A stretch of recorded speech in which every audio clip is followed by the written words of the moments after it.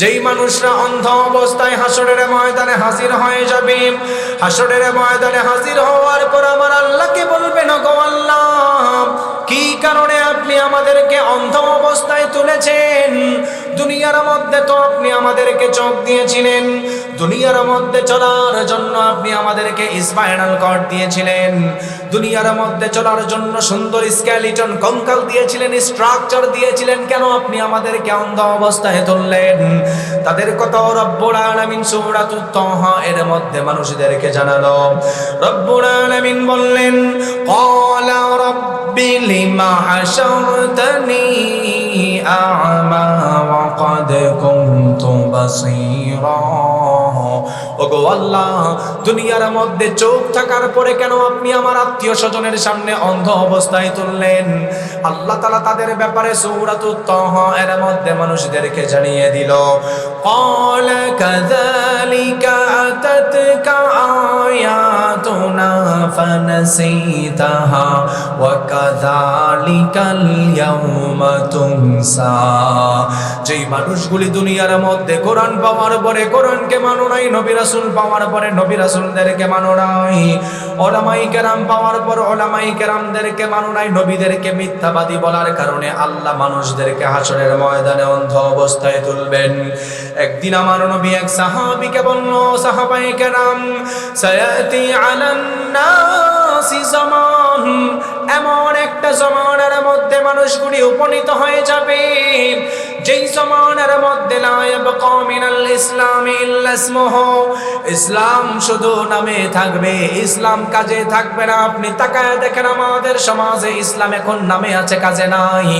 আল্লাহর নবী বললেন, ওয়ালা ইয়াবকা মিনাল কুরআনি ইল্লা রাসমুহু, কোরআন শুধু অক্ষর থাকবেন, কোরআন শুধু বই আকারে থাকবেন।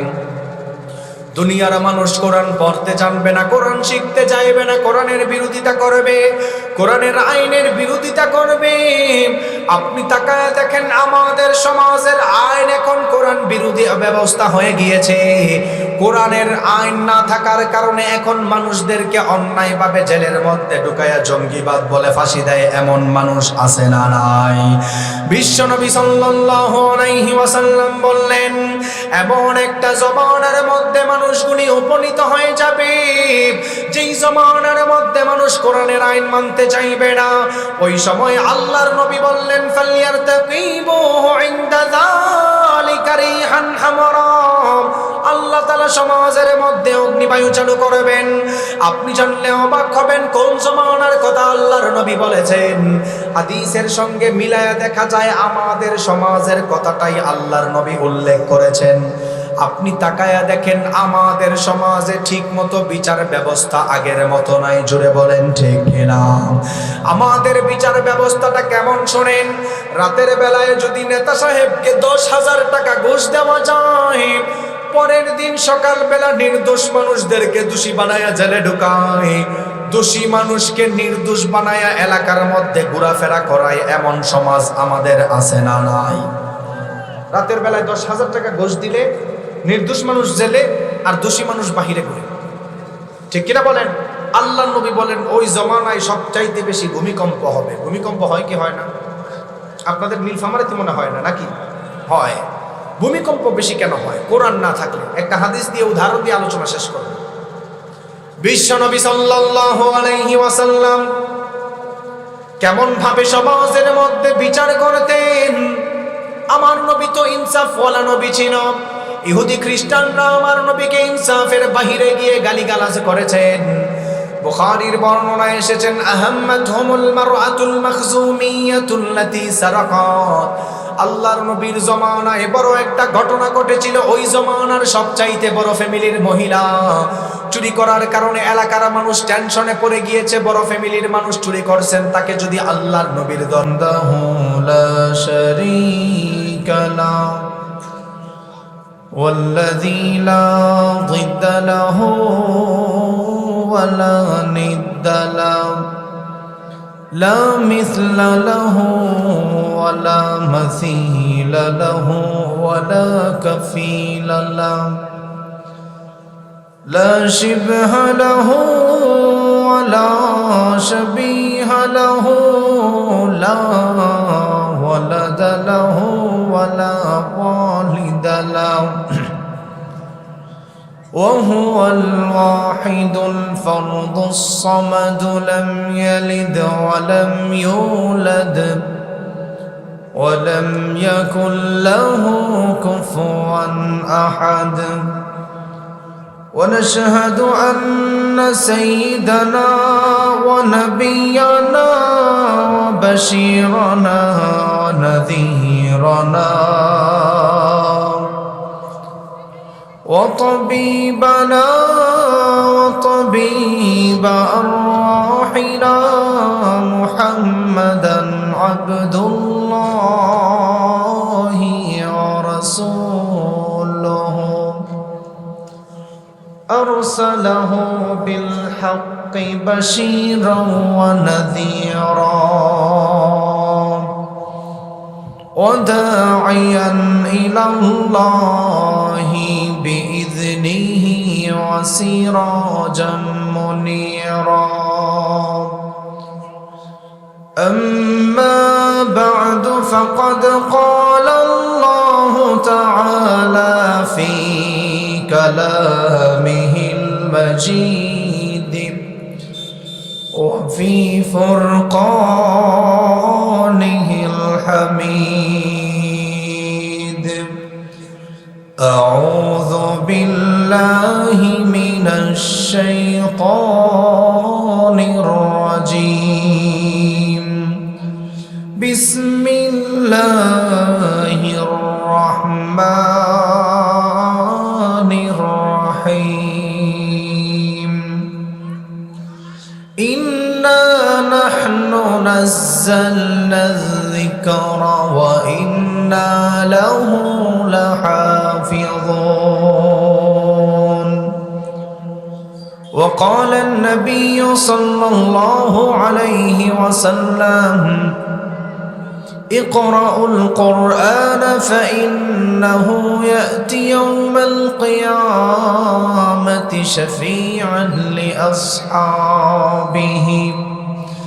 أو كما قال عليه الصلاة والسلام شباي درود إبراهيم بوري اللهم صل على محمد وعلى آل محمد كما صليت على إبراهيم وعلى آل إبراهيم إنك حميد مجيد اللهم بارك على محمد وعلى آل محمد كما باركت على إبراهيم وعلى آل إبراهيم إنك حميد مجيد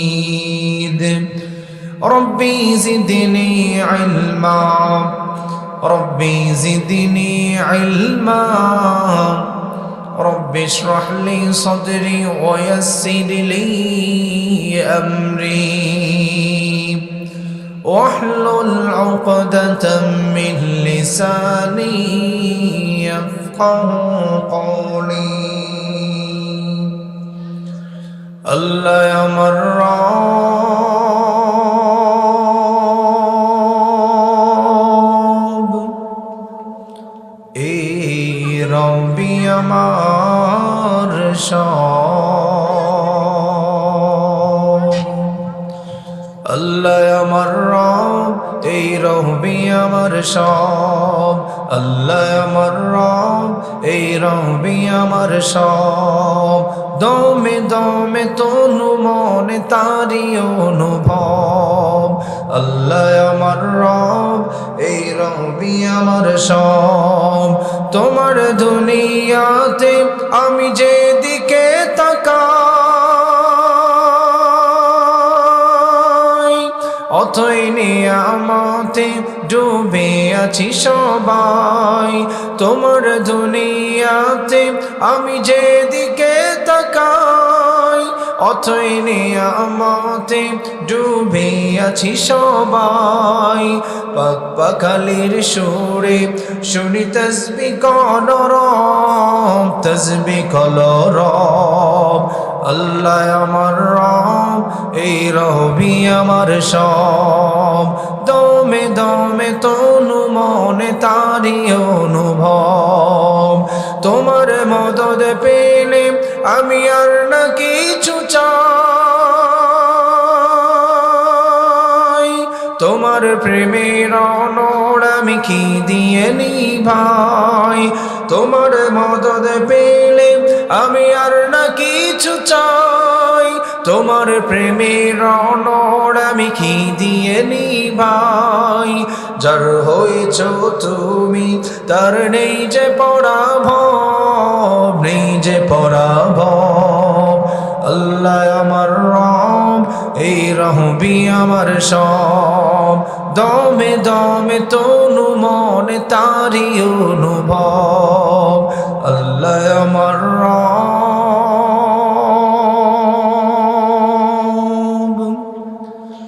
এই রবি আমার সব।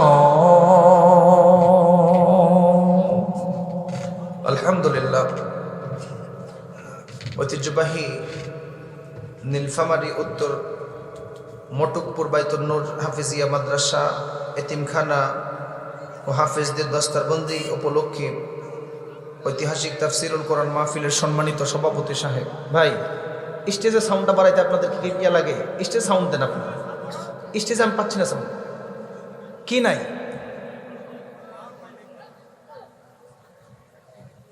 এত দূর থেকে আসছে জার্নি করে, স্টেজ সাউন্ডটা বাড়ান আপনি।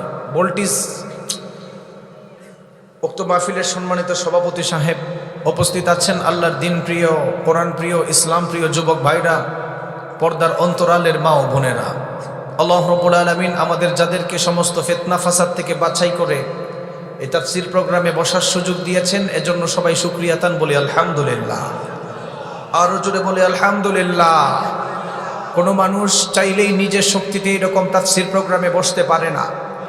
আল্লাহ তাআলা যাদেরকে ভালোবাসেন, যাদেরকে মহব্বত করেন, যাদেরকে দিয়ে দিনের কাজ করাতে চান, আল্লাহ তাআলা ফিতনা ফাসাদ থেকে বাছাই করে তাদেরকে এইরকম মোবারক মজলিসে বসায়। ঠিক কিনা বলেন?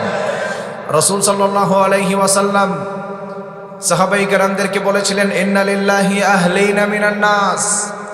সাহাবায়ে কেরাম, নিশ্চয়ই দুনিয়াতে আল্লাহর পরিবার আছে।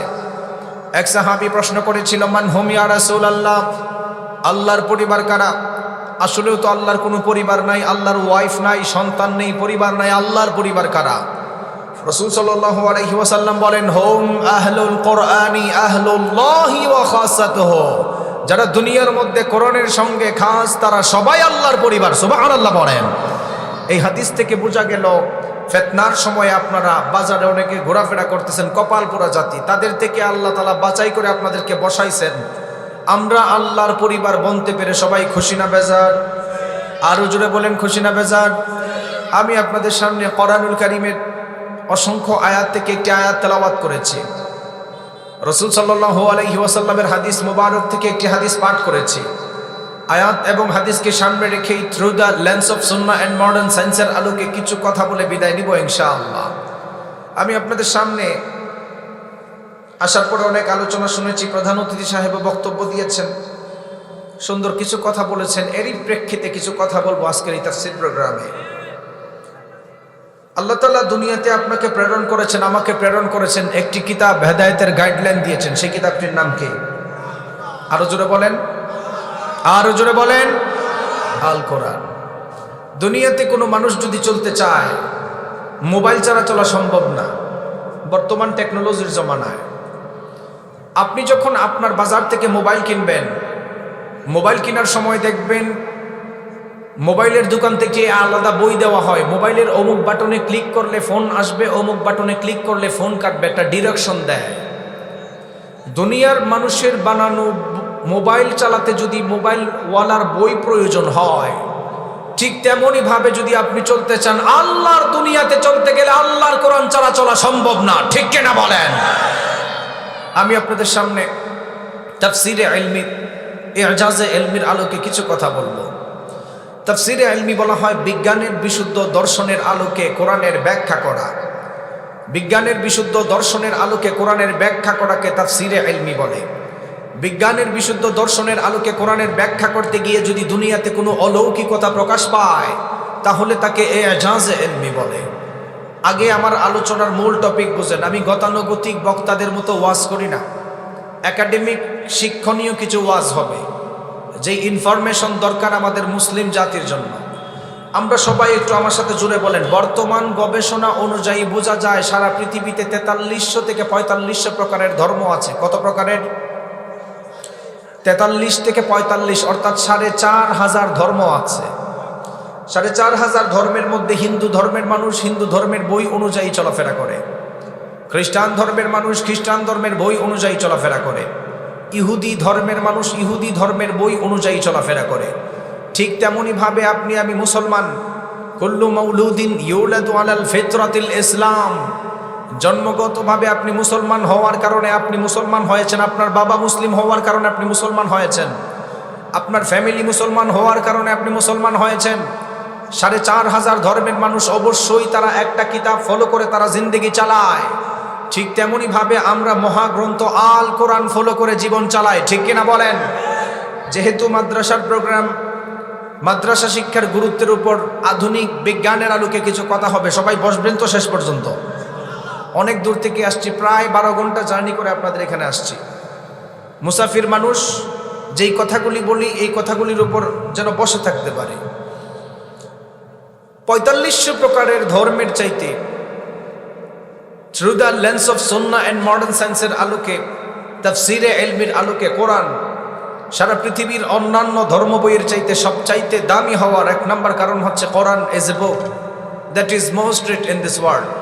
কোরআন এমন এক কিতাব, যেই কিতাব সারা পৃথিবীতে অন্যান্য ধর্ম বইয়ের চাইতে 24 ঘন্টায় সারা পৃথিবীতে তেলাওয়াত করা হয়। বলেন সুবহানাল্লাহ। উদাহরণ দিলে ভালো করে বুঝবেন। আমাদের আধুনিক জ্যোতির্বিজ্ঞানীদের দাবি অনুযায়ী পৃথিবীর আহ্নিক গতি, বার্ষিক গতি ঘূর্ণায়মানের ক্ষেত্রে সারা পৃথিবীতে একটা টাইমের ব্যবধান আছে। টাইমের ব্যবধান থাকার কারণে বাংলাদেশে এখন 10:30 বাজে, ইউনাইটেড স্টেট অফ আমেরিকার মধ্যে এখন সেখানে দিনের বেলা। টাইমের ব্যবধান থাকার কারণে বাংলাদেশে যখন এখন 10:30 বাজে, আপনি ইংল্যান্ডের সঙ্গে টাইম মিলাতে যাবেন, টাইমের মিল খুঁজে পাবেন না। টাইমের ব্যবধান থাকার কারণে আপনি বাংলাদেশের সঙ্গে নেদারল্যান্ডের টাইম মিলাবেন, টাইম মিল খুঁজে পাবেন না। টাইমের ব্যবধান থাকার কারণে বাংলাদেশের সঙ্গে আপনি ফিনল্যান্ডের টাইম মিলাবেন, টাইমের মিল খুঁজে পাবেন না। আধুনিক জ্যোতির্বিজ্ঞানীদের দাবি অনুযায়ী বোঝা যায় সারা পৃথিবীতে যেহেতু আহ্নিক গতি, বার্ষিক গতি ঘূর্ণায়মানের ক্ষেত্রে একটা টাইমের ব্যবধান আছে। টাইমের ব্যবধান থাকার কারণে সারা পৃথিবীর কোনো না কোনো দেশের মধ্যে মুসলিম রয়েছে। মুসলমান থাকা মাত্রই টাইমের ব্যবধানে সারা পৃথিবীর কোনো না কোনো দেশের মধ্যে আজান দেওয়া হয়। আজান দেওয়া মাত্রই মুসল্লিরা মসজিদের মধ্যে নামাজ পড়ার জন্য আল কোরআন দিয়ে নামাজ পড়ে।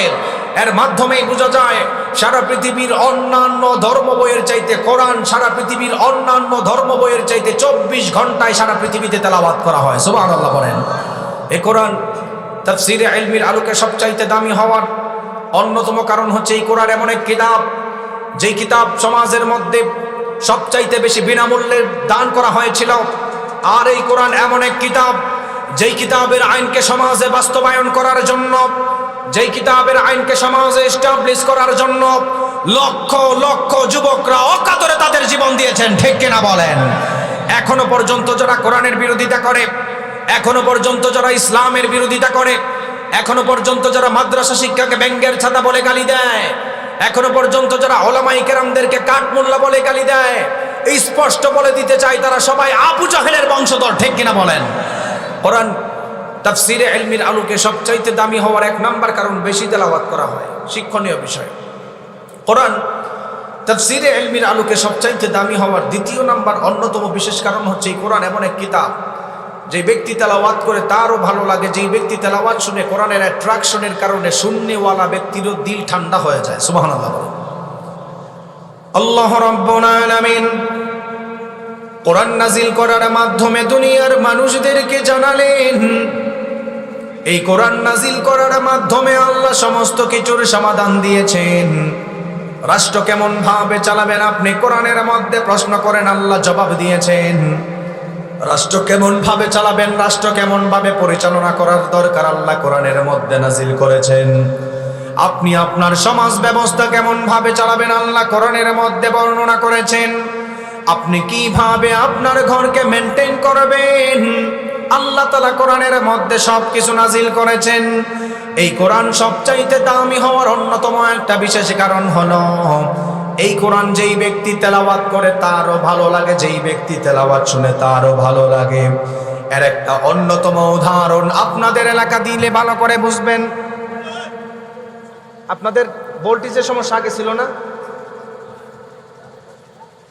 আপনারা কি মেইন অপারেটর নাকি? আমরা বলেন একবার। আসতেছে না?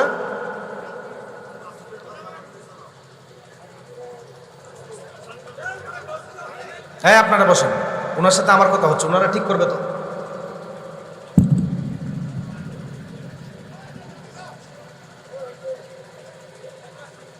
কোরআনটা সবচাইতে দামি হওয়ার দ্বিতীয় নাম্বার কারণ হচ্ছে যেই ব্যক্তি তেলাওয়াত করে তারও ভালো লাগে, যেই ব্যক্তি শুনে তারও ভালো লাগে। সুবহানাল্লাহ বলেন। যেটা সিটে থাক করেন না।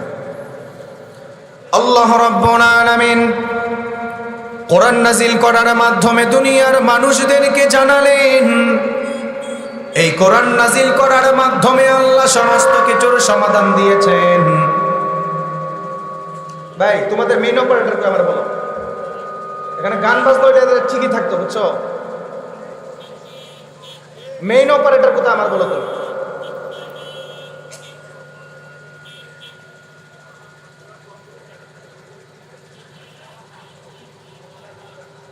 মাইক যেরকম আমি এরকম কথা বলে শুনেন।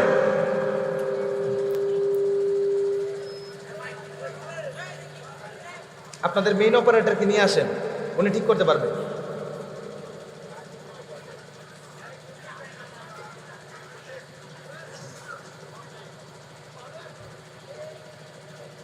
আমি আসার পর থেকে বলতেছি বক্স আর মনিটর সাউন্ড সেম করবেন, ডিলে দেন, রিভার্বকে আধা সেকেন্ড রাখেন, বারবার বলতেছি।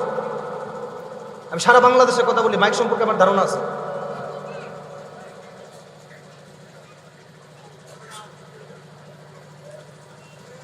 যারা বাহিরে ঘোরাফেরা করতেছেন চলে আসেন, গুরুত্বপূর্ণ কথা হবে, এরকম কথা কেউ বলবে না আপনাদেরকে।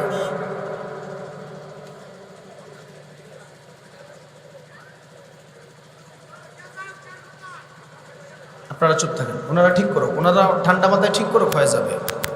সবাই বলেন তো দেখি, কোরআন সবচাইতে দামি হওয়ার দ্বিতীয় নাম্বার কারণ হচ্ছে কোরআন যেই ব্যক্তি তেলাওয়াত করে তারও ভালো লাগে, যেই ব্যক্তি শুনে তারও ভালো লাগে। এটা বুঝছেন তো সবাই? ওয়াজ করা উদ্দেশ্য না, কথা বোঝা উদ্দেশ্য।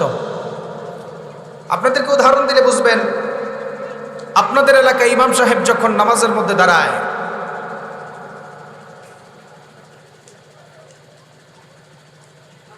ভাইয়া এইগুলো বাদ দিয়ে স্টেজে মাইক আছে না, স্টেজে মাইক দেন, এটা কিছু লাগবে না। স্টেজে মাইকের লাইন দেন, কিছু লাগবে না। স্টেজে মাইকের লাইন দেন, এগুলা এমনি স্টেজে মাইকের লাইন দেন, আর কিছু লাগবে না।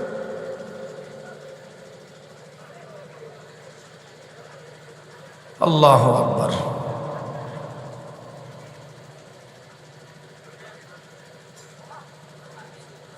আপনি আমার কাছে আসেন, আপনি যে বলতেছেন কথা বলেন, কথা বলেন, এখানে আসেন। আপনি স্টেজে সাউন্ড পান কিনা দেখেন। আমি আপনাদের বদনাম করার জন্য বলতেছি না, ভালোটা বলতেছি। সাউন্ডটা সুন্দর করে একটু করে, এগুলোতে সাউন্ড নাই তো। আপনি কথা বলে দেখেন, এগুলো সাউন্ডটা নাই।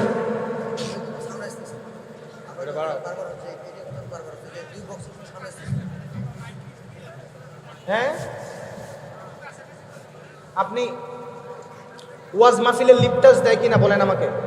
আপনাদের মেইন অপারেটরকে আমাকে একটু বলেন, আপনি একটু সেটিংটা করে দেন না।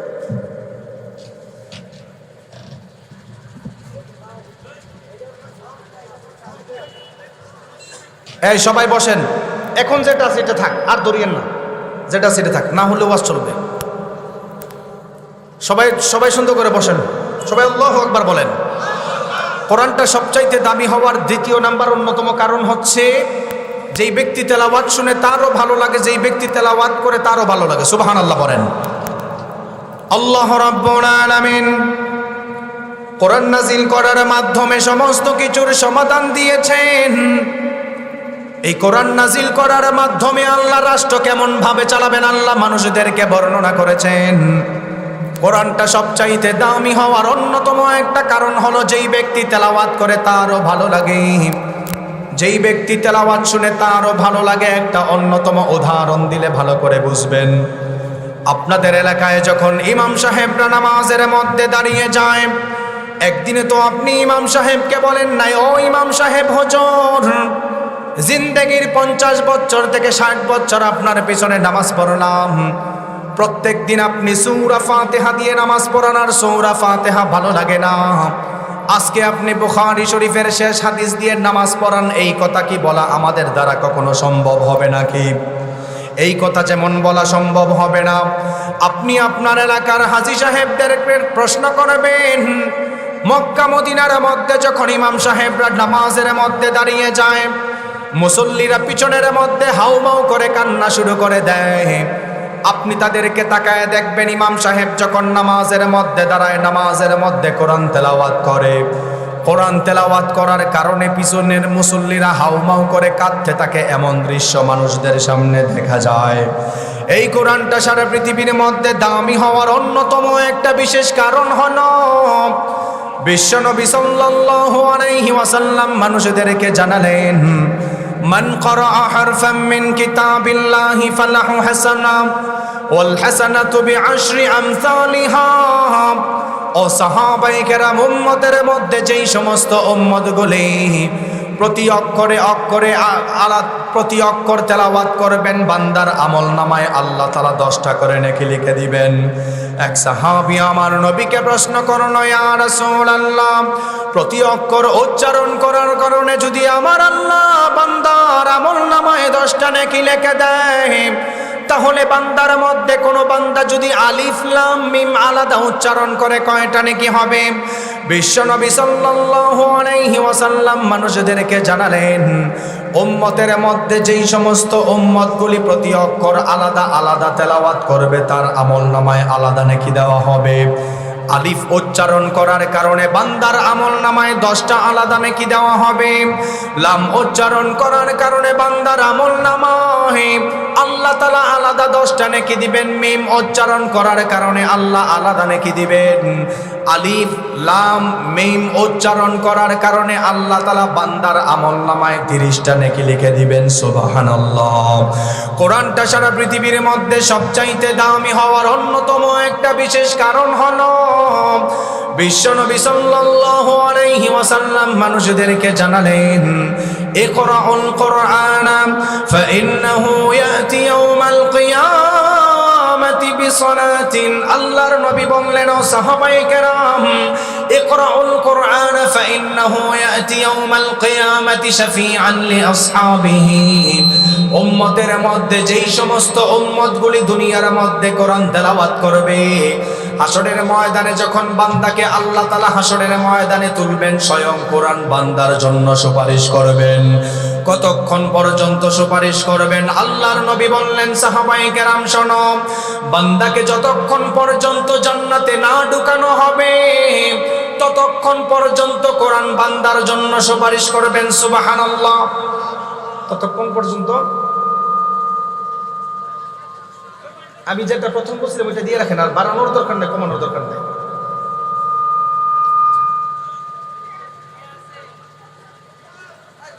আল্লাহু আকবার। এখন যেটা আছে ওইটা রাখেন, আর ধরিয়েন না। কোরআন তেলাওয়াত করার ফজিলত কি? আপনি যখন মারা যাবেন, হাসরের ময়দানে উঠবেন, মাথার আধ হাত উপরে যখন সূর্য থাকবে, কোরআন আপনার জন্য শাফাআত করবেন। সুবহানাল্লাহ বলেন। বিশ্বনবী সাল্লাল্লাহু আলাইহি ওয়াসাল্লামের কাছে সাহাবায়ে কেরাম প্রশ্ন করলেন, ইয়া রাসূলুল্লাহ, কতক্ষণ পর্যন্ত বান্দার জন্য সুপারিশ করা হবে? যতক্ষণ না পর্যন্ত বান্দাকে জান্নাতে না দেওয়া হয়। আপনি জানলে অবাক হবেন, কোরআনটা সারা পৃথিবীর সবচাইতে দামি হওয়ার অন্যতম তৃতীয় নাম্বার অন্যতম বিশেষ কারণ হলো বিশ্বনবী সাল্লাল্লাহু আলাইহি ওয়াসাল্লাম বললেন, ইন্না লিল্লাহি আহলিনা মিনান নাস। ও সাহাবায়ে কেরাম, নিশ্চয়ই আল্লাহ তাআলা দুনিয়ার মধ্যে পরিবার রেখেছেন। আল্লাহর পরিবার অন্তর্ভুক্ত কিছু মানুষ আছে। সাহাবায়ে কেরাম আমার নবীকে প্রশ্ন করলো, মান হুম ইয়া রাসূলুল্লাহ, আল্লাহর পরিবার কারা? আল্লাহর তো দুনিয়াতে কোনো পরিবার নাই, আল্লাহর তো কোনো শরীক নাই। আল্লাহর পরিবার কারা?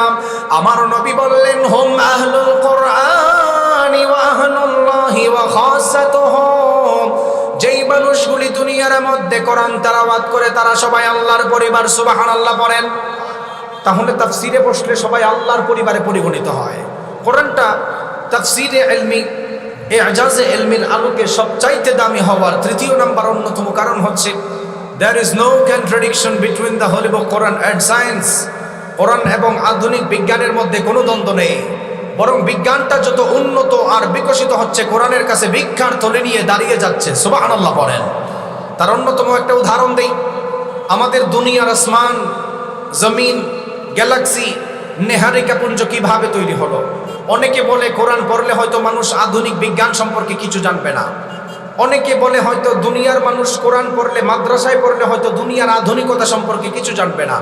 আপনি জানলে অবাক হবেন, স্টিফেন হকিং এর বিগ ব্যাং থিওরির আলোকে মানুষ পৃথিবী সৃষ্টির ইতিহাস জেনেছেন। ওইটা বন্ধ করে দেন, ঠাস ঠাস আওয়াজ করে না। স্টিফেন হকিং এর বিগ ব্যাং থিওরির আলোকে মানুষ পৃথিবী সৃষ্টির ইতিহাস জেনেছেন। আপনি যেই মাদ্রাসাকে ব্যাঙ্গের ছাতা বলে গালি দেন, ওলামায়ে কেরামদেরকে ব্যাকডেটেড বলে গালি দেন, স্টিফেন হকিং বই লিখেছেন a brief history of time from big bang two black hole. এই বইয়ের মধ্যে উনি দুইটা আয়াত দিয়ে প্রমাণ দিয়েছেন পৃথিবী সর্বপ্রথম একটা গ্যাসীয় কণার মতো ছিল। আল্লাহর অর্ডারের কারণে সব আলাদা আলাদা হয়েছেন। সুবহানাল্লাহ পড়বেন না? আল্লাহ রাব্বুল আলামিন কোরআন নাজিল করার মাধ্যমে সমস্ত কিছুর সমাধান দিয়েছেন। এর অন্যতম আরেকটা উদাহরণ দিলে আপনারা দিলের কান লাগায় শুনলে ভালো করে বুঝতে পারবেন। আমাদের সমাজের মানুষ বিজ্ঞান শিকার কারণে মাদ্রাসাকে যারা ব্যাঙ্গের ছাতা বলে গালি দেয়, ভালো করে শুনেন। আমাদের সমাজের মানুষ বিজ্ঞান শিকার কারণে যারা ওলামায়ে কেরামদেরকে কাঠ মোল্লা বলে গালি দেন, দিলের কান লাগায় শুনেন। বিজ্ঞান উন্নত হওয়ার কারণে মাত্র কিছুদিন আগে আপনি বিগ ব্যাং থিওরির কথা জেনেছেন, অথচ রব্বুল আলামিন ১৩,০০০ বছর আগে সূরাতুল আম্বিয়া এর ৩০ নম্বর আয়াতে পৃথিবী সৃষ্টির ইতিহাসটা রব্বুল আলামিন ১৩,০০০ বছর আগে মানুষদেরকে তুলে ধরেছেন। আল্লাহ রাব্বুল আলামিন বললেন, আওয়ালাম ইয়ারাল্লাযীনা কাফারু আন্নাস সামাওয়াতি ওয়াল আরদা কানাতা রাতকান ফাফাতাকনাহুমা। আল্লাহ রাব্বুল আলামিন এই আয়াতের মধ্যে বিগ ব্যাং থিওরিটাকে আরো কত সুন্দর করে জানিয়ে দিল। দুনিয়ার কাফের মুশরিকরা কই একবার তাকায় দেখে না, আসমান জমিন যখন একত্রিত একটা গ্যাসীয় কণার মতো ছিল, আমি আল্লাহর অর্ডারের কারণে সবকিছু আলাদা আলাদা হয়েছে। আপনি জানলে অবাক হবেন, বিজ্ঞান উন্নত হওয়ার কারণে মাত্র কয়েকশো বছর আগে আসমান জমিন সৃষ্টির কথা বলেছেন, অথচ রব্বুল আলামিন ১৩,০০০ বছর আগে সূরাতুল হামিম আস-সাজদায়ের ১১ নম্বর আয়াতে রব্বুল আলামিন আরো সুন্দর করে জানানো, সুম্মাস্তাওয়া ইলাস সামাই ওয়া হিয়া দুখানুন ফাকালা লাহা ওয়ালিল আরদি ইতিয়া তাওআন আও কারহা قالتا أتينا طائعين। আল্লাহ তাআলা ১৩,০০০ বছর আগে বললেন, আসমান জমিন যখন একত্রিত ছিল, ইমাম ফখরুদ্দীন রাজি রাহমাতুল্লাহি আলাইহি বলেন, কানা শাইআন ওয়াহিদাম মিন গাজ। আসমান জমিন একত্রিত ছিল, গ্যাসীয় কণার মতো ছিল। অর্ডারের কারণে আসমান জমিন ইচ্ছায় হোক অনিচ্ছায় হোক আলাদা হয়ে গিয়েছে। আপনি জানলে অবাক হবেন, সূরাতুল আম্বিয়া এর ৩০ নম্বর আয়াত, সূরাতুল হামিম আস-সাজদা এর ১১ নম্বর আয়াত নিয়ে রিসার্চ করে বড় বড় সায়েন্টিস্টরা সাথে সাথে ইসলাম ধর্ম গ্রহণ করেছেন। সুবহানাল্লাহ। কোরআনটা সবচাইতে দামি হওয়ার তৃতীয় নম্বর অন্যতম কারণ হচ্ছে আধুনিক বিজ্ঞানের সঙ্গে কোনো দ্বন্দ্ব নেই। উন্নত যত হচ্ছে বিজ্ঞান, এই মাদ্রাসা শিক্ষার কাছে তত ভিক্ষার তলি নিয়ে দাঁড়িয়ে যাচ্ছে। আরেকটা উদাহরণ দেই, সবাই কষ্ট করে আমার সাথে দুইটা হাত তুলেন, যারা আছেন বসেন, দুইটা হাত তুলেন। আমাদের দুই হাতে আঙ্গুল আছে কয়টা? সবাই বলেন আরো জোরে। 10টা। হাত নামান। আমাদের দুই হাতে যে 10টা আঙ্গুল আছে, আপনাদের এলাকায় কেউ যদি জায়গা জমি ক্রয় করে হাতের ছাপের দরকার আছে না নাই? বিদেশ যেতে গেলে ইমিগ্রেশন পাস হওয়ার জন্য হাতের ছাপের দরকার আছে না নাই? আছে। আপনি যে বিজ্ঞান শিক্ষার কারণে মাদ্রাসা শিক্ষাকে ব্যাঙের ছাতা বলে গালি দেন, বিজ্ঞান শিক্ষার কারণে ওলামায়ে কেরামদেরকে পুরাতন ব্যাকডেটেড বলে গালি দেন, ভালো করে শোনেন। 1856 সালের আগে দুনিয়ার মানুষ ফিঙ্গারপ্রিন্টের তথ্য জানতো না। এটা কার ভাষায়? বিজ্ঞানের ভাষায়। বিজ্ঞানের ভাষায় 1856 সালের আগে মানুষ ফিঙ্গারপ্রিন্টের তথ্য জানতো না। কোনো ওলামায়ে কেরাম বলেন নাই। আপনি যেই কোরআনকে পুরাতন কিতাব মনে করেন, ব্যাকডেটেড কিতাব বলেন, আপনি জানলে অবাক হবেন। আল্লাহ রাব্বুল আলামিন ১৫০০ বছর আগে সূরাতুল কিয়ামা এর ৩ এবং ৪ নম্বর আয়াতে ফিঙ্গারপ্রিন্টের তথ্য মানুষদেরকে দিয়েছেন। সুবহানাল্লাহ বলেন। আল্লাহ রাব্বুল আলামিন কোরআন নাযিল করার মাধ্যমে কেমন ভাবে সমস্ত কিছুর সমাধান দিয়েছেন, তার অন্যতম আরেকটা উদাহরণ আপনাদের শরীর দিয়ে দিলে ভালো করে বুঝতে পারবেন। বিজ্ঞান উন্নত হওয়ার কারণে আপনি 1856 সালে আপনি ফিঙ্গারপ্রিন্টের তথ্য জেনেছেন। বিজ্ঞান উন্নত হওয়ার কারণে ব্রিটিশ বিজ্ঞানী উইলিয়াম হার্শাল আপনাকে মানব দেহের হাতের মধ্যে যে ফিঙ্গারপ্রিন্ট রয়েছে এর তথ্য দিয়েছেন। অথচ রব্বুল আলামিন ১৫০০ বছর আগে সূরাতুল কিয়ামা এর ৩ এবং ৪ নম্বর আয়াতে এই ফিঙ্গারপ্রিন্টের তথ্য রব্বুল আলামিন ১৫০০ বছর আগে মানুষদেরকে দিয়েছেন। আল্লাহ রাব্বুল আলামিন বলেন, আয়াহসাবুল ইনসানু আল্লান নাজমা'a ইযামা বালা কাদিরিনা আলা আন নুসাউইয়া বানানা। আল্লাহ তাআলা এই আয়াতের মধ্যে ১৫০০ বছর আগে ফিঙ্গারপ্রিন্টের তথ্য দিয়েছেন। আল্লাহ কাফেরদের ব্যাপারে আয়াত নাযিল করে বললেন, ও কাফেররা, মারা যাওয়ার পরে তোমাদেরকে কেমন ভাবে তুলবো ভালো করে শোনো। মারা যাওয়ার পরে মানুষদেরকে আল্লাহ তোলার সময় হাতের অগ্রভাগ পর্যন্ত আল্লাহ তুলবেন। আপনি বলবেন, ও হুজুর, আল্লাহ তাআলা হাতের অগ্রভাগের সঙ্গে ফিঙ্গারপ্রিন্টের কি মিল রইল? ইমাম ফখরুদ্দিন রাজি রাহমাতুল্লাহি আলাইহির তাফসীর খুলে দেখবেন, আল্লাহ তাআলা হাতের অগ্রভাগ দ্বারা কাফের মুশরিকদেরকে সূক্ষ্মভাবে চ্যালেঞ্জ করেছেন। ও দুনিয়ার কাফেররা, মারা যাওয়ার পরে তোমাদের শরীর যখন বিচ্ছিন্ন হয়ে যাবে, হাসরের ময়দানে আমি আল্লাহ তুলার সময় তোমাদের হাতের রেখাটাও মিস্টেক করব না। জোরে বলেন সুবহানাল্লাহ। অথচ কাফের মুশরিকরা পুনরুত্থানকে বিশ্বাস করে না, কাফের মুশরিকরা কিয়ামতকে বিশ্বাস করে না। আল্লাহ মানুষদেরকে চ্যালেঞ্জ করে বলেছেন, মানুষদেরকে তোলার সময় সশরীরে তোলা হবে। সুবহানাল্লাহ বলেন। তাহলে বুঝলেন কি? ফিঙ্গারপ্রিন্টের তত্ত্ব আল্লাহ তাআলা ১৫০০ বছর আগে দিয়েছেন। আর কোরআন কত সুন্দর করে এটা তুলে ধরছেন। আপনাদেরকে উদাহরণ দেয়, আপনাদের এখানে অনেক বসে বসে বলবেন যে হুজুর, কোরআন বলছেন বিজ্ঞান উন্নত করছেন, আপনি বলে যাচ্ছেন, আপনারা উলামায়ে কেরাম পৃথিবীর জন্য কি করছেন এটা জানার দরকার আছে না নাই? যে প্রধান অতিথি সাহেব বক্তব্য দিচ্ছেন, অধিকাংশ জায়গায় নাকি ভালো করে পড়ানো হয় না। ভালো করে শুনেন, ৭ম শতাব্দীর ইতিহাস, ৮ম শতাব্দীর ইতিহাস, ৯ম শতাব্দীর ইতিহাস আপনাকে জানতে হবে। আপনারা সবাই আবার দুইটা হাত একটু কষ্ট করে তোলেন। আমরা সবাই অসুস্থ হলে হসপিটালে যাই কি যাই না? কে কে যান না? সবাই যাই। শোনেন, আপনি বলবেন হুজুর বিজ্ঞান উন্নত হওয়ার কারণে কোরআনের সঙ্গে মিলাই আপনি বলে চলে গেছেন চট্টগ্রাম থেকে এসে। ওলামায়ে কেরাম পৃথিবীর জন্য কি করছেন, মাদ্রাসার ছাত্ররা কি করছেন, এটা জানার দরকার আছে না নাই? আপনি যেই চিকিৎসা বিজ্ঞান নিয়ে বড়াই করেন, পৃথিবীতে সর্বপ্রথম চিকিৎসা বিজ্ঞানের আলো ফুটিয়েছেন স্পেনের বড় একজন মুহাদ্দিস, যাকে মুহাদ্দিসুদ্দাহার ওয়ান নাহার ওয়াল বাহার আবুল কাসেম আল জাহরাবি নামে পরিচিত ছিল। সবাই সুবহানাল্লাহ জোরে পড়েন। একজন বড় আলেম সর্বপ্রথম যখন চিকিৎসা বিজ্ঞান উন্নত করেন, উনি সর্বপ্রথম চিকিৎসা দিতেন প্রেসক্রিপশনের মধ্যে বিসমিল্লাহ দিয়ে। সবাই বলেন তো কি দিয়ে? আরো জোরে বলেন। বিসমিল্লাহ দিয়ে। উনি সর্বপ্রথম চিকিৎসা বিজ্ঞানের উপর কিতাব লিখেছেন, 30 খণ্ড কিতাব।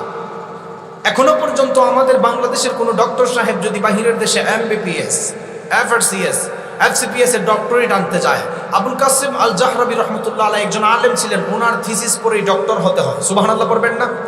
উনি সর্বপ্রথম বিসমিল্লাহ দিয়ে প্রেসক্রিপশন লিখতেন। উনি ওই জমানার মধ্যে সর্বপ্রথম 250 যন্ত্র, দাঁতের ট্রিটমেন্টের উপর 250 যন্ত্র বানাইছেন। 250 যন্ত্র। ল্যাটিনদের জমানা আসার পর মুসলিম সভ্যতা যখন নিচে পড়ে যায়, ল্যাটিনরা মুসলিমদের অধিকাংশ কিতাবগুলিকে আরবি ভাষায় থেকে ল্যাটিন ভাষায় ট্রান্সলেট করছেন। যেই কারণে এখন আমাদের সমাজে ডক্টর সাহেবরা দেখবেন বিসমিল্লাহ বাদ দিয়ে প্রেসক্রিপশনের কর্নারে RX লিখে কি লিখে না? দেখছেন কেউ? যারা দেখেন নাই, আপনি আপনার সিভিলাইজেশন সম্পর্কে জানেন না, আপনার সভ্যতা সম্পর্কে জানেন না। দ্য এন্ডুরিং লিগেসি অফ মুসলিম সিভিলাইজেশনের আলোকে কথা বলতেছি। মাদ্রাসায় আপনার সন্তানকে দিলে আপনার ফায়দা কি? পৃথিবীর চিকিৎসা বিজ্ঞান সর্বপ্রথম তৈরি করেছেন একজন বড় আলেম, মুহাদ্দিস। সুবহানাল্লাহ পড়বেন না?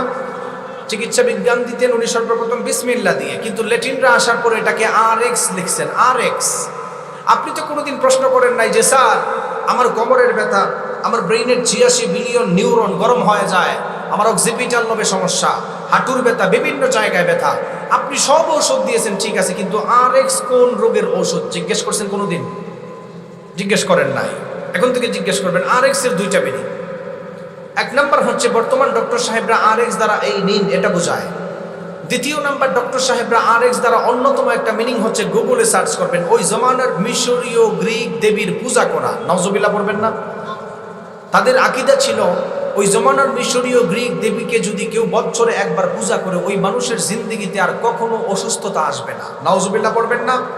সুস্থতা দেওয়ার মালিক কে? অসুস্থতা দেওয়ার মালিক কে? তাহলে বোঝা গেল মুসলিমরা চক্রান্তে পড়ে আছে। আজকের এই তাফসীরুল কোরআন মাহফিল থেকে আমাদের একটাই দাবি, আজকের এই হাজারো মানুষের পক্ষ থেকে আমাদের একটাই দাবি, আমাদের মুসলিম ডক্টর সাহেব যখন এই আবার নতুন করে প্রেসক্রিপশন দিবেন, মুসলিম ডক্টররা MBBS, FRCS, FCPS এর ডক্টরেট আনবেন, আলহামদুলিল্লাহ, ভালো কথা, আমাদের গর্ব। কিন্তু আমাদের মুসলিম ডক্টরদের কাছে আমাদের একটাই দাবি, ইহুদি খ্রিস্টান ল্যাটিনদের চক্রান্ত RX কে বাদ দিয়ে বিসমিল্লাহ দিয়ে প্রেসক্রিপশন লেখা চাই, ঠিক কিনা বলেন? কোনো হিন্দু ডক্টর কি দিল এটা আমার দেখার বিষয় না, কোনো ইহুদি ডক্টর কি দিল এটা আমার দেখার বিষয় না। আপনার আমার দেখার বিষয় হচ্ছে মুসলিম সভ্যতা কিভাবে উপরে থাকে, ঠিক কিনা বলেন? মাদ্রাসা শিক্ষার দরকার আছে না নাই? মাদ্রাসায় পড়লে সায়েন্টিস্ট হওয়া যায়। আপনাদেরকে উদাহরণ দিই, শোনেন, খারাপ লাগতেছে আপনাদেরকে?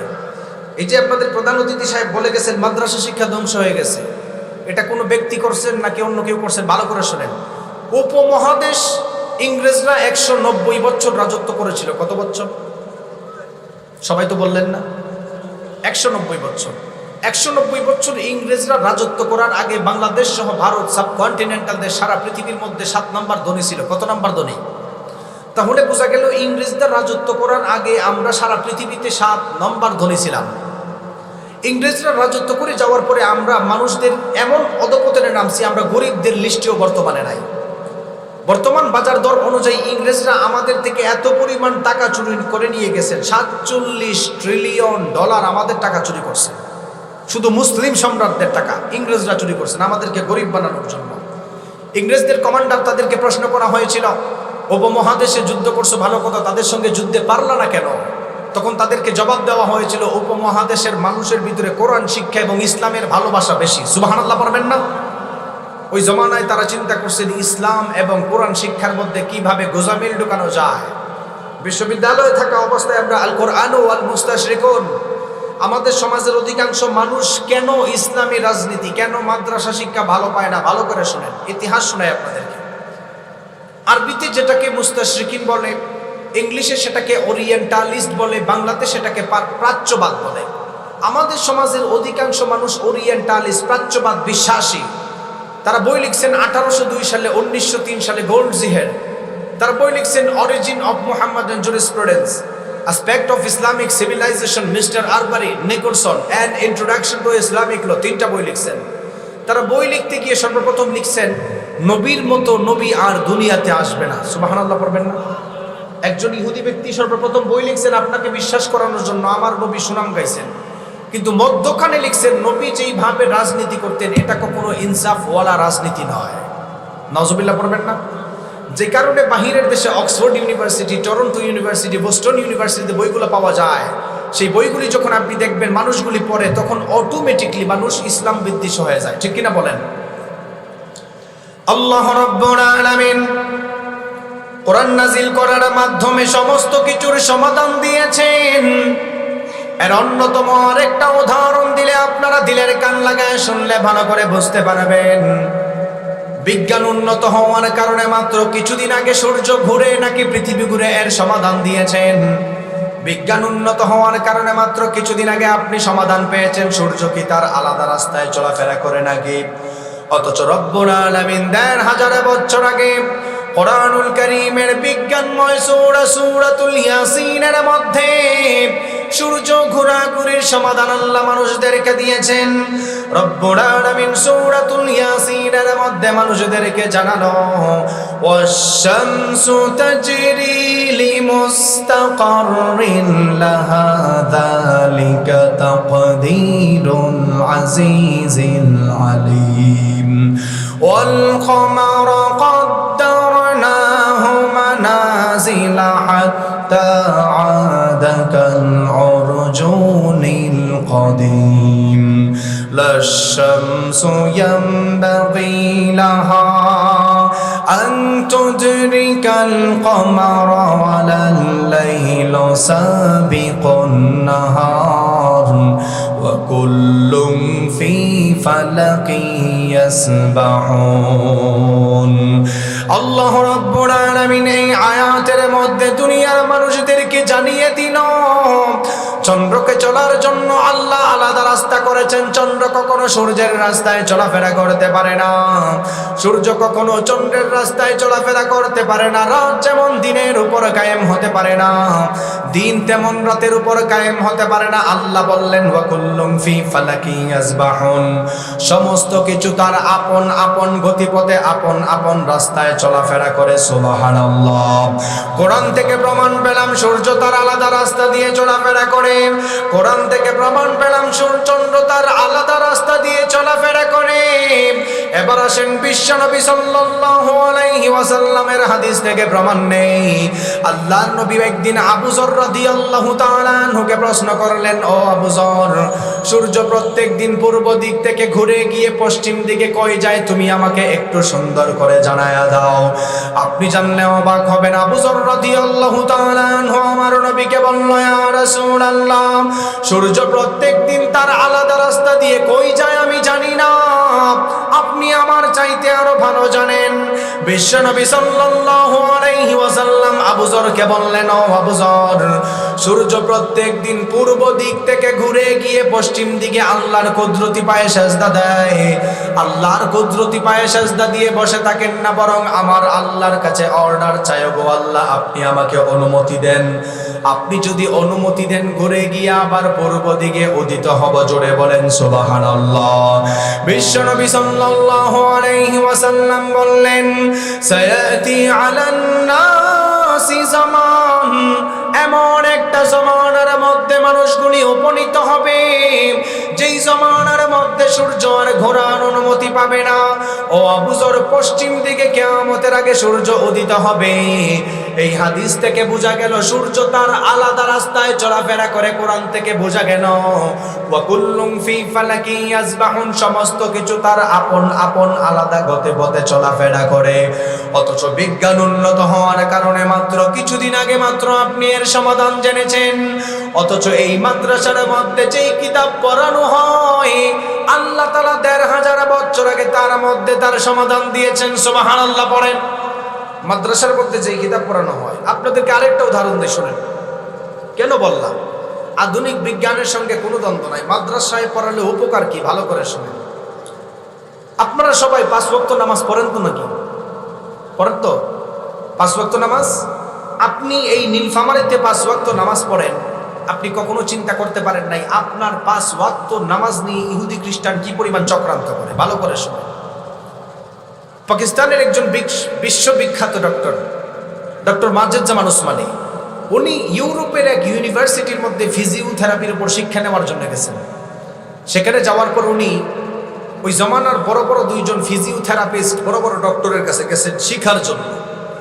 একজনের নাম হচ্ছে চার্লস ফাকনার, আরেকজনের নাম হচ্ছে স্মিথ অ্যান্ড্রেস। ওনাদের কাছে যাওয়ার পর পাকিস্তানের মুসলিম বিখ্যাত ডক্টর দেখেছেন সারা পৃথিবীর অধিকাংশ মানুষ সেখানে তাদের ব্রেইনের সমস্যা, ব্রেইনের ৮৬ বিলিয়ন নিউরনের সমস্যা, কোমরের ব্যথার সমস্যা, হাঁটুর ব্যথার সমস্যা। আমাদের হাঁটুর ব্যথা আছে না নাই? আরো জোরে বলেন। তারা এইগুলো চিকিৎসা করার জন্য ইহুদি খ্রিস্টানদের কাছে যায়। ইহুদি বড় বড় ডক্টররা, ডক্টর মাজেদুজ্জামান উসমানী বলেন, ইহুদি বড় বড় ডক্টররা তাদেরকে বর্তমান সারা পৃথিবীতে কোমরের ব্যথা, ব্রেইনের সমস্যা, হার্টের ব্যথা, বিভিন্ন ধরনের রোগের শেফা হিসাবে মানুষদেরকে মুসলিম ধর্মের নামাজের ব্যায়াম শিক্ষা দেয়। সুবহানাল্লাহ বলেন। আপনি তো চিন্তা করতেছেন 5 ওয়াক্ত নামাজ পড়লে হয়তো আখিরাতে ফায়দা, দুনিয়াতে ফায়দা নাই। অন্যতম উদাহরণ দিয়ে শুনেন, আল্লাহ তাআলা আমাদের ব্রেইনে 86 বিলিয়ন নিউরন দিয়েছেন। কত বিলিয়ন? 86 বিলিয়ন। কেমনে বোঝায়? প্রতি সেকেন্ডে যদি আপনি 1 গণেন, 1 2 3 4 5 6 এরকম ভাবে যদি প্রতি সেকেন্ডে 1 2 করে গণেন, 1 বিলিয়ন নিউরন গণতে গেলে আপনার জিন্দেগি থেকে 32 বছর সময় চলে যাবে। সুবহানাল্লাহ পড়বেন না? 1 বিলিয়ন নিউরন গণতে গেলে আপনার জিন্দেগি থেকে 32 বছর চলে যাবে। যদি 1 বিলিয়ন নিউরন গণতে 32 বছর চলে যায়, তাহলে 3 বিলিয়ন নিউরন গণতে গেলে আপনার জিন্দেগি থেকে 96 বছর চলে যাবে। তাহলে আপনি 86 বিলিয়ন নিউরন গণতে গেলে কত বছর আপনার জিন্দেগি থাকার দরকার চিন্তা করছেন আপনি? আমাদের ব্রেইনের মধ্যে একটা সেল আছে, এক্সচেঞ্জ সেন্টার। আমি যে কথা বলতেছি এটা প্রচুর গরম হচ্ছে, আপনি যে কথা শুনতেছেন এটা প্রচুর গরম হচ্ছে। এক্সচেঞ্জ সেন্টার, এটা প্রচুর পরিমাণ হিট হয়, গরম হয়। বর্তমান আধুনিক মেডিকেল সায়েন্সের দাবি অনুযায়ী, বড় বড় ডক্টরদের দাবি অনুযায়ী, কোনো মানুষ কথা বলার সময়, কথা রিসিভ করার সময় তাদের এক্সচেঞ্জ সেন্টার এত পরিমাণ গরম হয়, এটা যদি গরম হয় এটাকে ঠান্ডা করতে গেলে পদ্মা নদীর পানি দেওয়া সমতুল্য। সুবহানাল্লাহ পড়বেন না? বিজ্ঞান দাবি করেন এক্সচেঞ্জ সেন্টার যদি দুনিয়ার যন্ত্রাংশে এটাকে স্থাপিত করা হয়, তাহলে 100 তলা 6টা বিল্ডিংয়ের সমান জায়গা লাগবে। আল্লাহ তাআলা এটা ছোট করে আপনার ব্রেইনে দিয়েছেন। আধুনিক বিজ্ঞান দাবি করে মানুষ যদি ঠিক মতো 5 ওয়াক্ত নামাজ পড়তে পারে, এক্সচেঞ্জ সেন্টার অটোমেটিক ঠান্ডা হয়ে যায়।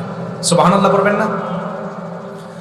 আল্লাহ রাব্বুল আলামিন কোরআন নাযিল করার মাধ্যমে সমস্ত কিছুর সমাধান দিয়েছেন। তার অন্যতম আরেকটা উদাহরণ দিলে ভালো করে বুঝতে পারবেন।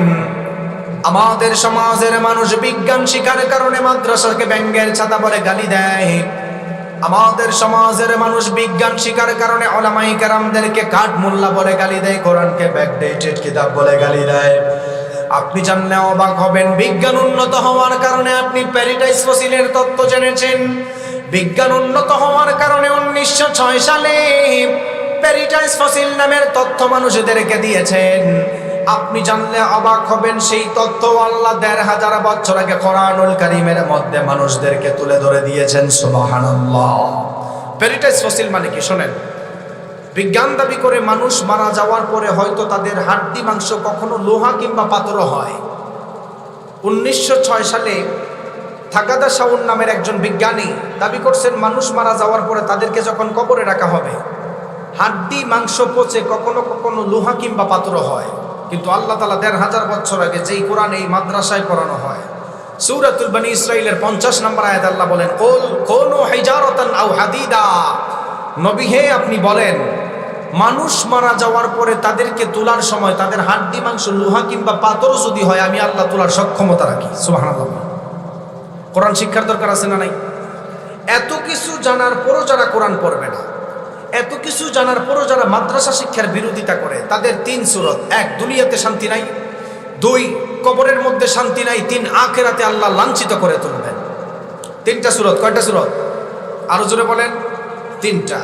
আপনি দুনিয়াকে কাজে লাগাতে গেলে অবশ্যই কোরআন আপনার প্রয়োজন। কেমন ভাবে? অল্প আমলে নাজাতের জরিয়া হয়। আপনারা হাদিস শুনছেন কি শুনছেন না? হুজুররা বলে না যে অল্প আমলে নাজাতের জরিয়া হয়। অল্প আমলে নাজাতের আধুনিক ব্যাখ্যা কি শোনেন। আমরা ধরে নিলাম আমাদের জিন্দেগির এভারেজ বছর 60 বছর। কত বছর? এই কোরআন আপনার জিন্দেগি কিভাবে চেঞ্জ করতে পারে, আধুনিক ব্যাখ্যা শোনেন। আমরা ধরে নিলাম আমাদের জিন্দেগির এভারেজ বছর 60 বছর। কত বছর?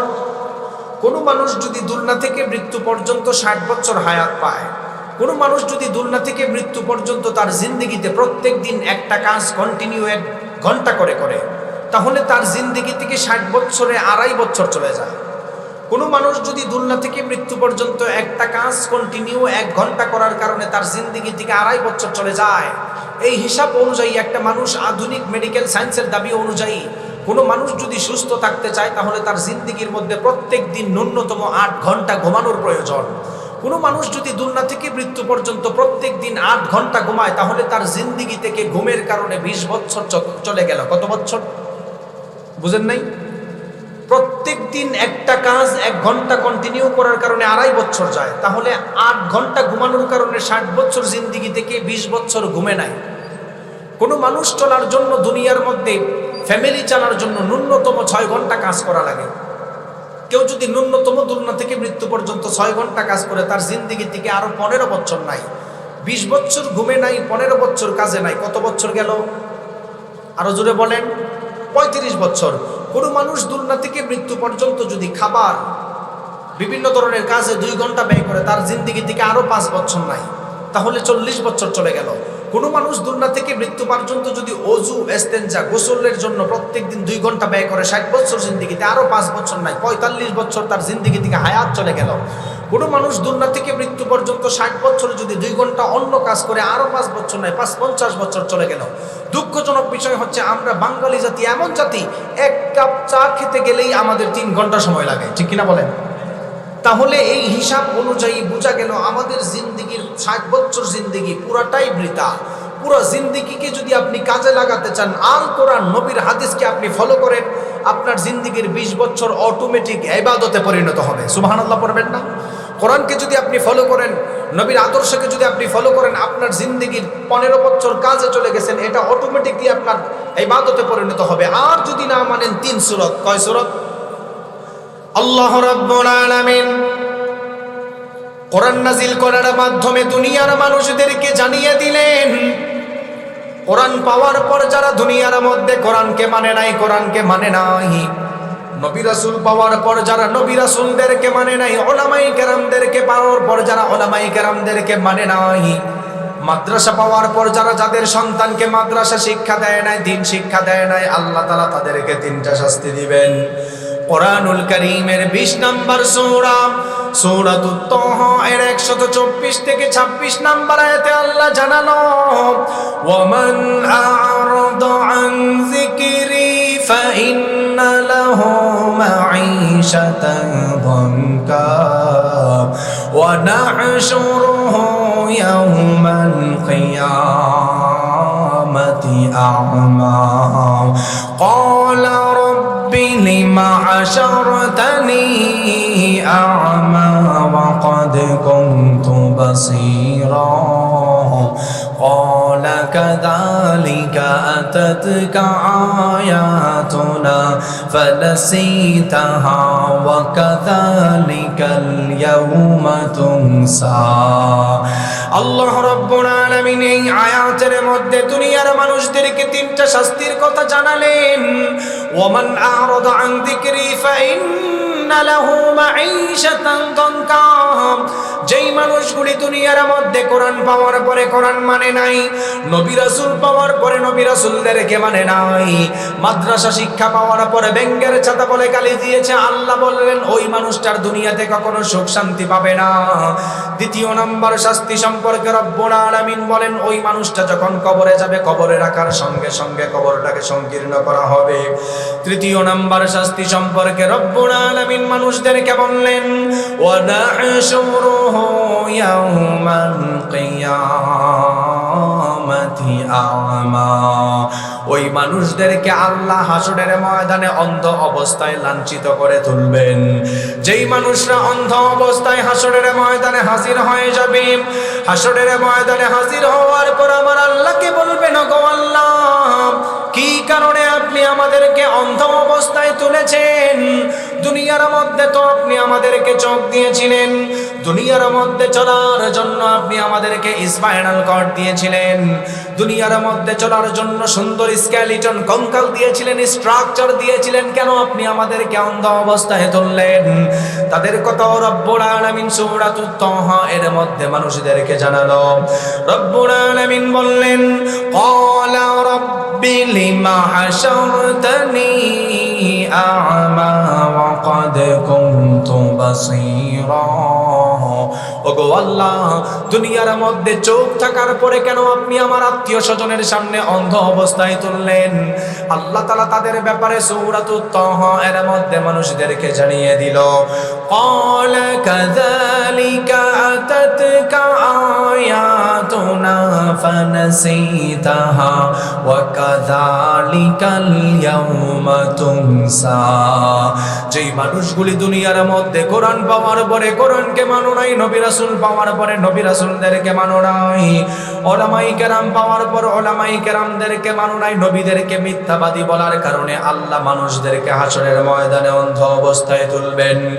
একদিন আমার নবী এক সাহাবীকে বলল, সাহাবায়ে কেরাম, সায়াতি আলান নাসি জামান, এমন একটা জামানার মধ্যে মানুষগুলি উপনীত হয়ে যাবে যেই জামানার মধ্যে লা ইয়াবকা মিনাল ইসলামি ইল্লা ইসমুহু, ইসলাম শুধু নামে থাকবে, ইসলাম কাজে থাকবে না। আপনি তাকায় দেখেন আমাদের সমাজে ইসলাম এখন নামে আছে, কাজে নাই। আল্লাহর নবী বললেন, ওয়ালা ইয়াবকা মিনাল কুরআনি ইল্লা রাসমুহু, কোরআন শুধু অক্ষর থাকবেন, কোরআন শুধু বই আকারে থাকবেন। দুনিয়ার মানুষ কোরআন পড়তে জানবে না, কোরআন শিখতে চাইবে না, কোরআনের বিরোধিতা করবে, কোরআনের আইনের বিরোধিতা করবে। আপনি তাকায় দেখেন আমাদের সমাজের আইন এখন কোরআন বিরোধী ব্যবস্থা হয়ে গিয়েছে। কোরআনের আইন না থাকার কারণে এখন মানুষদেরকে অন্যায়ভাবে জেলের মধ্যে ঢুকায়া জঙ্গিবাদ বলে ফাঁসি দেয়, এমন মানুষ আছে না নাই? বিশ্বনবী সাল্লাল্লাহু আলাইহি ওয়াসাল্লাম বললেন, এমন একটা জমানার মধ্যে মানুষগুলি উপনীত হয়ে যাবে যেই জমানার মধ্যে মানুষ কোরআনের আইন মানতে চাইবে না। ওই সময় আল্লাহর নবী বললেন, ফালিয়ারতাকিবুহু ইনদা যালিকা রিহান হামারা, আল্লাহ তাআলা সমাজের মধ্যে অগ্নিবায়ু চালু করবেন। আপনি জানলে অবাক হবেন কোন জমানার কথা আল্লাহর নবী বলেছেন। হাদিসের সঙ্গে মিলায়া দেখা যায় আমাদের সমাজের কথাটাই আল্লাহর নবী উল্লেখ করেছেন। আপনি তাকায়া দেখেন আমাদের সমাজে ঠিক মতো বিচার ব্যবস্থা আগের মতো নাই, জুড়ে বলেন ঠিক কিনা? আমাদের বিচার ব্যবস্থাটা কেমন শোনেন। রাতের বেলায় যদি নেতা সাহেবকে 10,000 টাকা ঘুষ দেওয়া যায়, পরের দিন সকালবেলা নির্দোষ মানুষদেরকে দোষী বানায়া জেলে ঢুকায়, দোষী মানুষকে নির্দোষ বানায়া এলাকার মধ্যে ঘোরাফেরা করায়, এমন সমাজ আমাদের আছে না নাই? রাতের বেলায় 10,000 টাকা ঘুষ দিলে নির্দোষ মানুষ জেলে আর দোষী মানুষ বাহিরে ঘুরে, ঠিক কিনা বলেন? আল্লাহর নবী বলেন ওই জমানায় সবচাইতে বেশি ভূমিকম্প হবে। ভূমিকম্প হয় কি হয় না? আপনাদের নীলফামারীতে মনে হয় না নাকি? হয়। ভূমিকম্প বেশি কেন হয়? কোরআন না থাকলে। একটা হাদিস দিয়ে উদাহরণ দিয়ে আলোচনা শেষ করব। বিশ্বনবী সাল্লাল্লাহু আলাইহি ওয়াসাল্লাম কেমন ভাবে সমাজের মধ্যে বিচার করতেন। আমার নবী তো ইনসাফওয়ালা নবী ছিল। ইহুদি খ্রিস্টানরা আমার নবীকে ইনসাফের বাহিরে গিয়ে গালিগালাজ করেছেন। বুখারীর বর্ণনায় এসেছেন, আহাম্মাতহুমুল মারআতুল মাখজুমিয়াতুল্লাতী সারাকাত, আল্লাহর নবীর জমানায় বড় একটা ঘটনা ঘটেছিল। ওই জমানার সবচাইতে বড় ফ্যামিলির মহিলা চুরি করার কারণে এলাকার মানুষ টেনশনে পড়ে গিয়েছে। বড় ফ্যামিলির মানুষ চুরি করছেন, তাকে যদি আল্লাহর নবীর দরবারে নিয়ে যাওয়া হয় তাহলে ইনসাফওয়ালা রাষ্ট্রনায়ক হাত কেটে দিবেন। ইনসাফ হলো চুরি করার কারণে হাত কেটে দেওয়া। এলাকার মানুষ চিন্তা করলো বড় ফ্যামিলির মানুষ তো চুরি করেছে, তার যদি হাত কেটে দেওয়া হয় তাহলে তার বংশের মধ্যে দাগ লেগে যাবে। আপনি তাকায় দেখেন আমাদের সমাজেও এমন আছে। উচ্চ ফ্যামিলির মানুষ চুরি করলে তাদের বিচার করে না, দুর্বল ফ্যামিলির মানুষ চুরি করলে তাদের বিচার করার জন্য নেতারা পাগল হয়ে যায়, এমন সমাজ আছে না নাই? এলাকার মানুষ তখন চিন্তা করলো, মাইয়ুকাল্লিমু রাসূলুল্লাহি সাল্লাল্লাহু আলাইহি ওয়াসাল্লাম, আল্লাহর নবীর কাছে কে এই ঘটনা বলবে? তখন হাদিসের মধ্যে এসেছেন, এলাকার মানুষ চিন্তা করে দেখলো নবীর সঙ্গে যদি আমরা এই কথা বলি আল্লাহর নবী সঙ্গে সঙ্গে হাত কেটে দিবে, তাহলে কার কাছে বলা যায়? আল্লাহর নবী হাসান এবং হুসাইন রাদিয়াল্লাহু তাআলা আনহুর পরে উসামাকে ভালোবাসতেন। বুখারীর বর্ণনায় এসেছেন, ওয়া মাইয়াজতারিউ আলাইহি ইল্লা উসামা ইবনে যায়েদ হিব্বু রাসূলিল্লাহ, আল্লাহর নবী উসামাকে অধিক ভালোবাসতেন। এলাকার মানুষ পরের দিন সকালবেলা উসামার বাড়িতে চলে গেল। উসামাকে বলল, ও উসামা, উচ্চ ফ্যামিলির মহিলা চুরি করেছে, তার যদি বিচার করা হয় আল্লাহর নবী তো সঙ্গে সঙ্গে হাত কেটে দিবে, তার ফ্যামিলির মধ্যে দাগ লেগে যাবে, তুমি দয়া করে আমার নবীকে একটু বলো তার বিচারটা যদি কম করা যায়। সবাই আমার সঙ্গে জুড়ে বলেন তো দেখি, আল্লাহর নবী কি বিচার কম করনেওয়ালা নবী ছিলেন নাকি? এলাকার মানুষ ভয় পেয়েছিলেন, এই জন্য হাদিসের মধ্যে আসছেন, ওয়া মাইয়াজতারিউ আলাইহি ইল্লা উসামা ইবনে যায়েদ হিব্বু রাসূলিল্লাহ, এলাকার মানুষ তখন উসামার কাছে চলে গেল। উসামা রাদিয়াল্লাহু তাআলা আনহু আমার নবীর দরবারে হাজির হয়ে গেল। আমার নবীকে বলল, ফাকাল্লামা রাসূলুল্লাহি সাল্লাল্লাহু আলাইহি ওয়াসাল্লাম, ওগো আল্লাহর নবী, এলাকার বড় বড় ফ্যামিলির মানুষ চুরি করছেন, এলাকার মানুষ আপনার কাছে এই কথাটা সুপারিশ করার জন্য বলেছেন। সঙ্গে সঙ্গে আমার নবী রাগান্বিত হয়ে বললেন, আতাশফাউ ফি হাদ্দিম মিন হুদুদিল্লাহ, আল্লাহর আইনের ব্যাপারে কি তুমি আমার কাছে সুপারিশ করতে আসছো নাকি? তোমার তো সাহসটা অনেক বড় হয়ে গিয়েছে। আল্লাহর নবী এই কথা বলে ক্ষান্ত হন নাই। আমার নবী কমা ফাখাতাবা, সঙ্গে সঙ্গে দাঁড়ায়া গেলেন। আমার নবী সঙ্গে সঙ্গে দাঁড়ায়া বললেন, আইয়ুহান নাস, এলাকার মানুষ ভালো করে শুনে নাও।